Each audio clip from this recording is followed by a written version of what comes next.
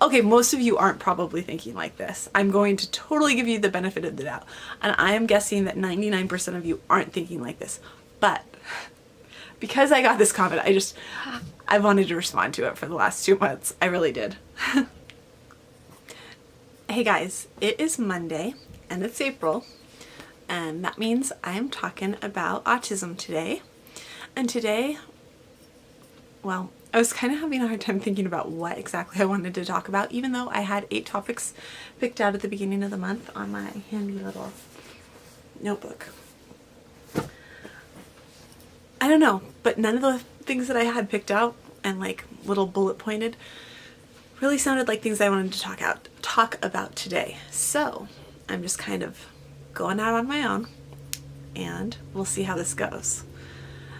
I think what I want to talk about today is how I am probably a different mom than the mom that I would have been if my first couple of kids had been totally developmentally typical and completely neurotypical. If you haven't already, hit subscribe, hit like, and before you go, leave a comment and tell me about your experience with parenting either a neurotypical or a neurodiverse kid, because I think whether you're raising a neurotypical or a neurodiverse kid or both, I feel like our parenting expectations never quite turn out the way we expect them to. Like when we're reading those baby books and we're getting ready to welcome a new baby into the family, it's never quite the same as what it actually ends up being. And that's kind of part of what's awesome. So leave a comment and let me know about your experience. I would love to hear from you. Let's talk about parenting. I am a different mom than I think I would have been if my first 2 kids had been Patrick and James, who are pretty typical kids. I mean, Patch needed speech and James needed physical therapy, but other than that, they're pretty typical little boys that I can take them to a park, I can sit on a park bench, they run and play, and I don't have to worry about either of them running into traffic. And I don't have to worry about Sadie running into traffic now, but when she was 3, she was definitely had that fearlessness that Maggie has. And so in a way at that point I was still very much parenting. I still very much had to parent her the same way that I have to parent Maggie and Tessie. She didn't really have the same fear and what they call a tether, what the early on therapists have called a tether. Like, she didn't need to be with me. She was like totally, when she was 3 and 4, she still would like just sprint off. I don't know if that was like the ADHD or what, but she definitely still had like that fearlessness and the lack of a sense of danger that made me have to parent in a very different way than I parent my boys. And so my parenting for our 2 first girls did make me into a really different parent than I am for our boys. And it's kind of weird. I mean, it's really strange. And it's not really the parent that I thought I would be when I like bought all these books about babies and books about parenting, because I am totally, as I've mentioned before, I'm totally like a planner. I'm a list maker. And so I read like every single parenting magazine. I had subscriptions to all these magazines and I bought like every single book, and I planned annoyingly. And I don't know, I didn't see myself as the mom that was going to be like tailing my 1-year-old, 2-year-old, 3-year-old, 4-year-old around the park and hovering over her. And like, I mean, by the time she was 4, I knew why. By the time Maggie was 3 and 4, at least I understood why it was different and why I was a different mom. But when she was 1, I totally didn't get it. At that point we were living in Florida, and I totally didn't understand why all the other moms could like, we lived on campus when Paul was in law school, and at that point, for that 1 year, and all the other moms could go down and have their kids play in the street, and if a car came, all the kids would run out of the street. And I definitely could not do that. Like, there was just, I tried, there was one day when I tried, and it was just a total disaster, and I hauled 2 screaming kids back up to our apartment, and I didn't take them back down again. I mean, we were pretty isolated that entire year, because it was just, whenever I tried to do anything, I was pretty much just chasing Maggie the entire time. And she was like Tessie's size. She was like 1.5, and all I did whenever we went anywhere was chase her. We went to these, there was a very, very active moms group that I tried to be part of, and there was Barnes and Noble's like reading time, and there was like a play group, and I think there was like a little kids like Bible time, story time, and there were so many activities, and I so desperately wanted to have friends. We were brand new to the area. I wanted to meet people, and so we went to all these things, especially in the beginning. We went to all these things, and basically all I would do the whole time was follow this destructive little ball around and keep her from, she would climb and knock things over and just be in trouble the whole entire time, nonstop, never stop moving for like a single second. And if I tried to contain her, she would just like shriek and scream and squirm and fight me. And so after a while we stopped going. I tried, and at the same time Sadie was like barely talking, and her own little ball of energy, and because she was barely talking, she had a hard time making friends. And I made one really good friend who was amazing, who I am still so thankful for, and who had 2 kids, and we ended up walking a ton and going to the park together, and that was pretty much what worked, because playgroup didn't work and the activities just, they couldn't work. But I totally looked like a helicopter mom. I mean, if anyone saw me, I had to be hovering over, especially Maggie, every second, because otherwise I was afraid she wasn't going to survive her first year. And I just thought she was like a really, really rambunctious 1-year-old. Can you hear him? Paul's downstairs with the kids. I'm not sure if you can hear that. And it's so different. Like, the girls are in school, and so now Patrick gets home from preschool, and I have Patrick and James, and I mean, they're 3 and 5, and now Tessie goes to her, it's gonna look like I'm crying if I do that, but I'm not crying. I'm just coughing. I still have this cough. Tessie goes to her little therapy, and I can take them to the park, and I can like sit there on a bench, and neither of them is going to like run away or run into any sort of trouble. They're gonna sit there and they're gonna like come show me things and talk to me and make up games and make up characters, and I'm like one of the characters in the game. Sorry, my throat. It's like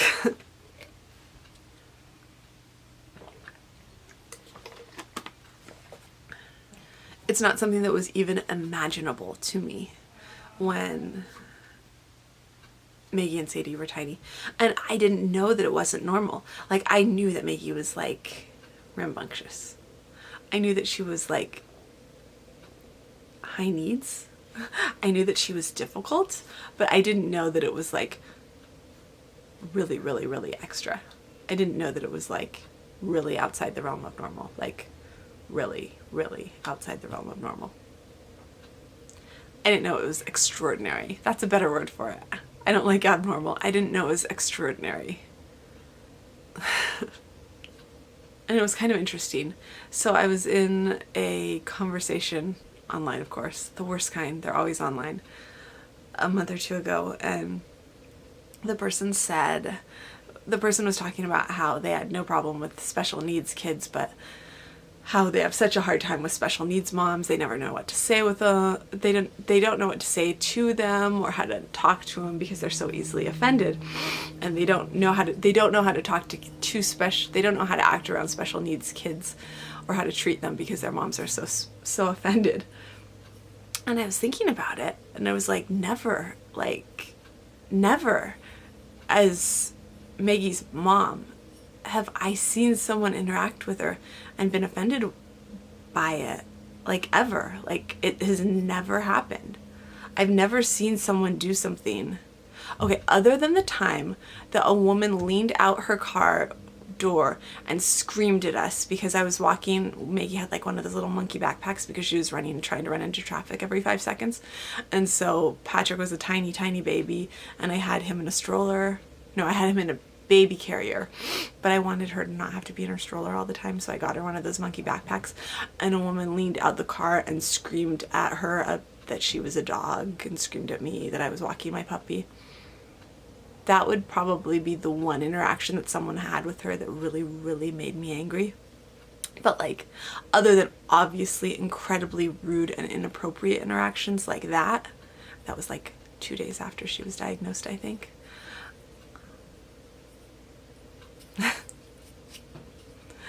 Never. I've never seen a mom interact with her and been like, no. In fact, I can't think of like an adult that's interacted with her and that I've been like, no, that wasn't appropriate. I mean, when we were out and like at parks and activities, I was so busy keeping her alive that I was not paying attention. Like, I am not paying attention to your reaction to my child. I'm not.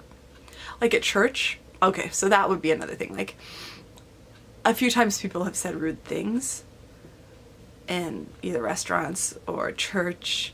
Usually not restaurants, because she's really good at restaurants. She loves food, and so she's good at restaurants.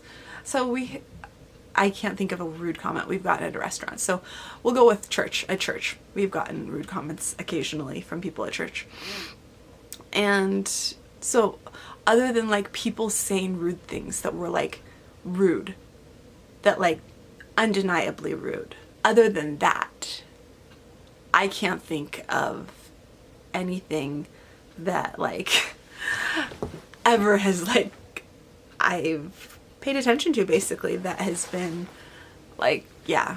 So really, if you see like a special needs mom with her kid, if she's like me, she's so busy like focusing on her kids that she's probably not paying attention to what you're doing and like watching you to take offense. I mean, if you're okay, most of you aren't probably thinking like this. I'm going to totally give you the benefit of the doubt. And I am guessing that 99% of you aren't thinking like this. But because I got this comment, I wanted to respond to it for the last 2 months. I really did. Because it bugged me. I promise we aren't. We are not sitting there waiting to be offended. When people say things on the internet that are inappropriate about like disabilities or autism that are like really, really offensive, then yeah, I do tend to like say something like, wow, that's inappropriate. And so maybe that's where that like moms of kids with disabilities tend to get offended really, really easily. But it's not like no. I'm not getting easily offended by like you saying hi to my kid at the playground.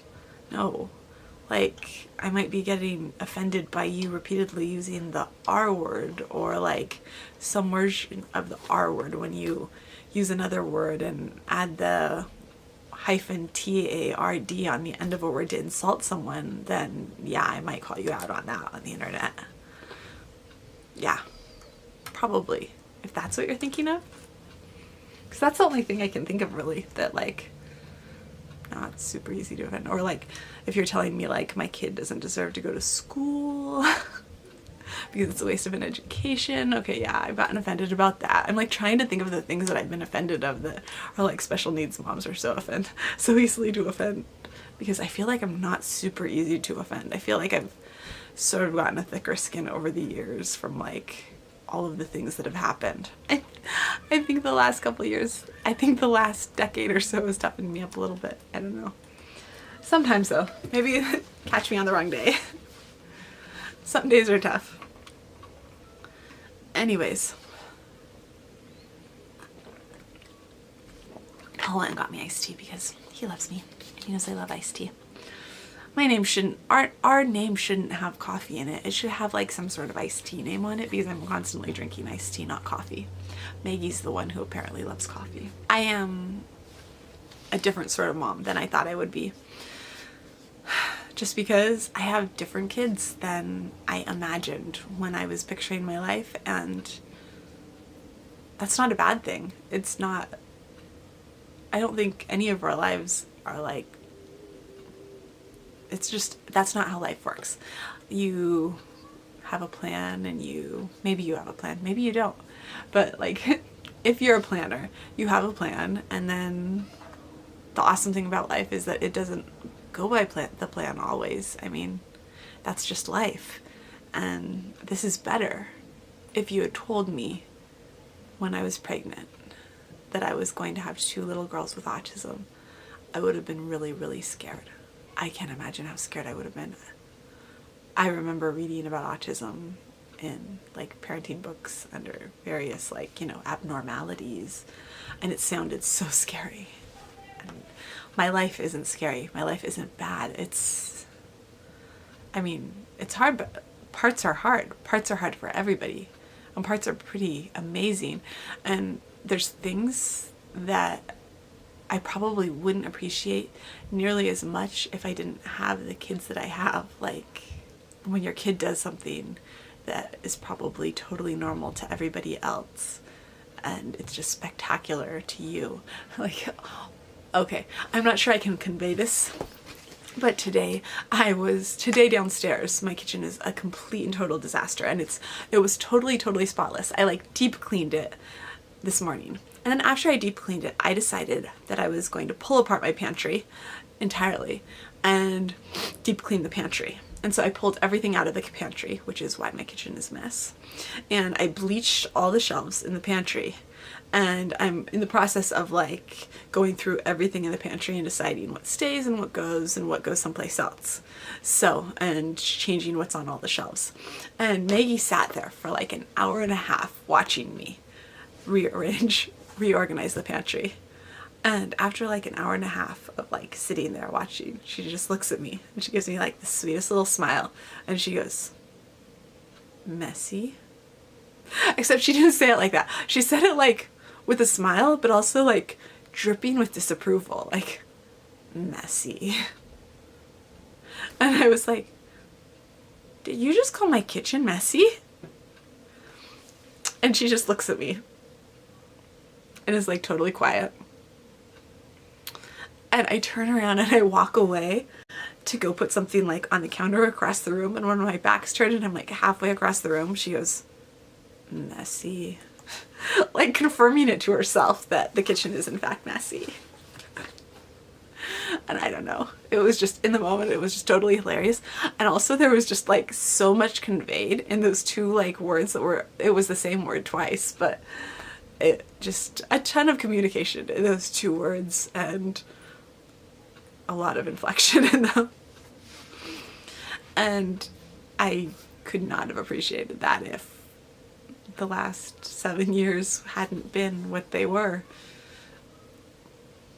The mom I thought I was going to be was totally different. She was a little bit sanctimonious, guys. I think someday we'll have to do a post on that because it would be fun. I knew everything before I was a mom. It was awesome. It was awesome knowing everything.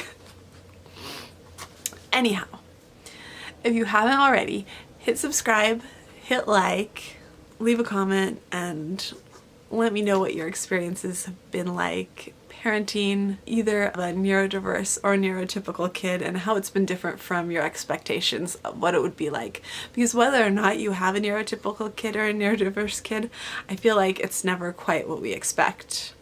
And yeah, it's always kind of a wild ride. So anyways, We will see you guys tomorrow. Thanks for being here. Bye.